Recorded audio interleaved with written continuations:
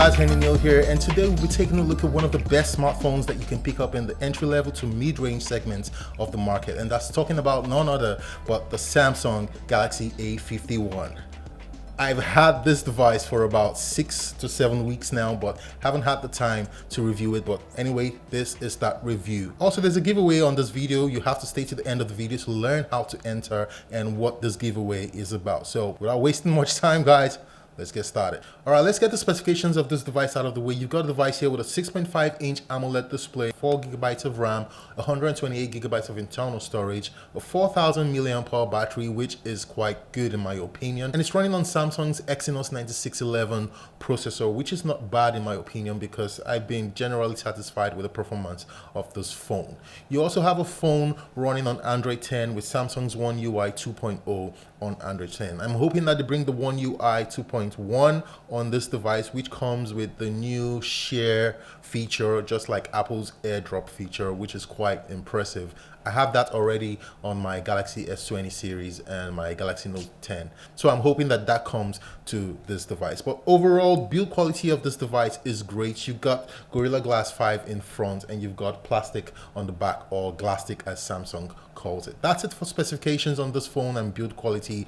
Absolutely lovely. I love the size of this phone. It's a 6.5-inch phone, but doesn't feel like a 6.5-inch phone in any way. Absolutely handy, and I just love the feel of it in my hands. Let's move on to performance. Now, I've been using this, like I said, for the past 6.5 weeks to 7 weeks, and performance-wise, it's not the best out there, but it's really good. Now, if you're coming from an entry-level device, if you haven't used a device at this range before, you will be absolutely pleased with the performance on this thing. Now, comparing it with the Samsung Galaxy A71, you can just see that the differences between these phones is really very tiny. The A71 is just a little bit smoother because that processor on the A71 is just a tad bit faster than what you have here on the A51. But again, and like I said, if you're coming from an entry-level device, this is an awesome buy. I mean, performance here is great. Gaming on this phone performs really good. I mean, a lot of the 3D games that I've thrown at it perform excellently. 2D games,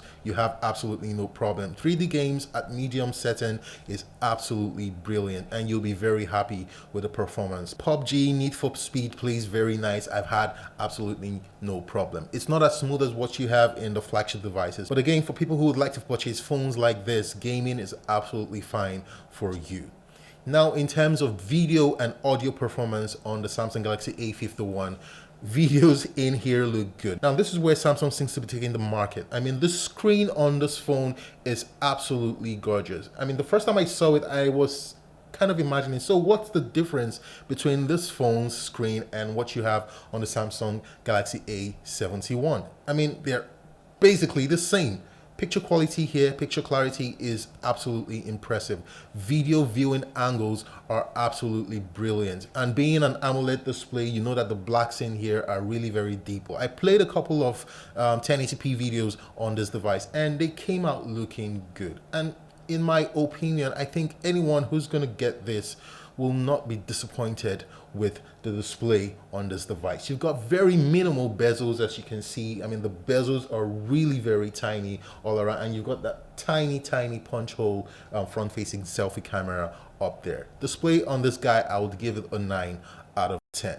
So for audio quality on this device, we've got a bottom firing speaker. It's just a single bottom firing speaker, but you've also got a 3.5mm headphone port in here, so you can plug in that wired headphone for audio listening. Now, this device comes with Dolby Atmos, and for my listening time on this device, audio quality was absolutely brilliant. I mean, the bass, the mids, and the highs were very detailed. But for that external speaker, it's not the best in my opinion. It's a bit tinny and not as loud as you have it on some other phones like the Xiaomi Mi Note 10, the Xiaomi Redmi Note 8 Pro.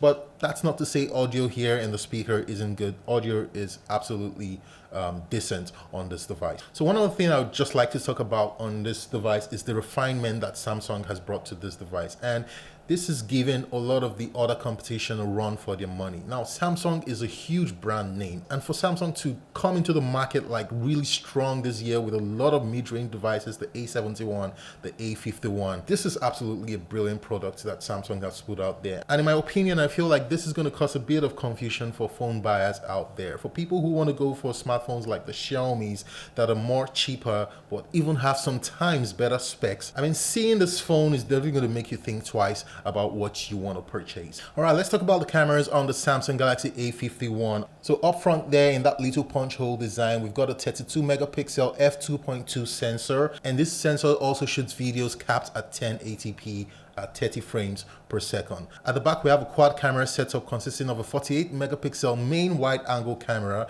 We'll have a 12 megapixel ultra wide angle camera, a 5 megapixel depth sensing camera, and a 5 megapixel macro camera. But how do these cameras compare? Well, on a scale of 1 to 10, I'll give the cameras on the Samsung Galaxy A51 a 6.5. Now, images are good when you have sufficient lighting and if your hands are really steady. Now, I've taken a couple of pictures, as you can see scrolling on your screen now. Now, what I can tell you is that the colors are vibrant in the usual Samsung fashion, but the pictures are not incredibly sharp. So if you take these pictures and move them to your laptop, you begin to see a lot of degradation and image quality loss, which is, in my opinion, not that good.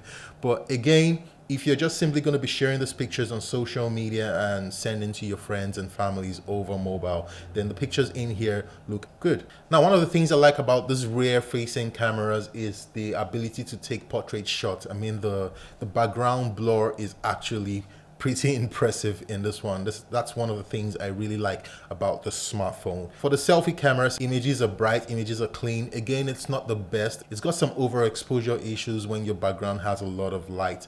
And I believe that Samsung can deal with all of this with software updates. But overall, the cameras on this device, I'll give a 6.5 out of 10 because on the phone screen, they look really good. But if you've been thinking of moving them to your PC to work on, the results may not be that good. So as much as I love this phone, it's not all positives on the Samsung Galaxy A51, and there are two major places where I have some kind of beef with the A51. Number one is with the pricing. Now this phone goes for 110,000 naira and comes with Samsung's Exynos processor. Now you have other phones that cost even less but comes with a Snapdragon 730G processor. Don't get me wrong, I'm not saying that the Exynos 9611 on this phone isn't good. It's a really decent chip, but Samsung, man, people are waking up here in Nigeria and people actually know what they want.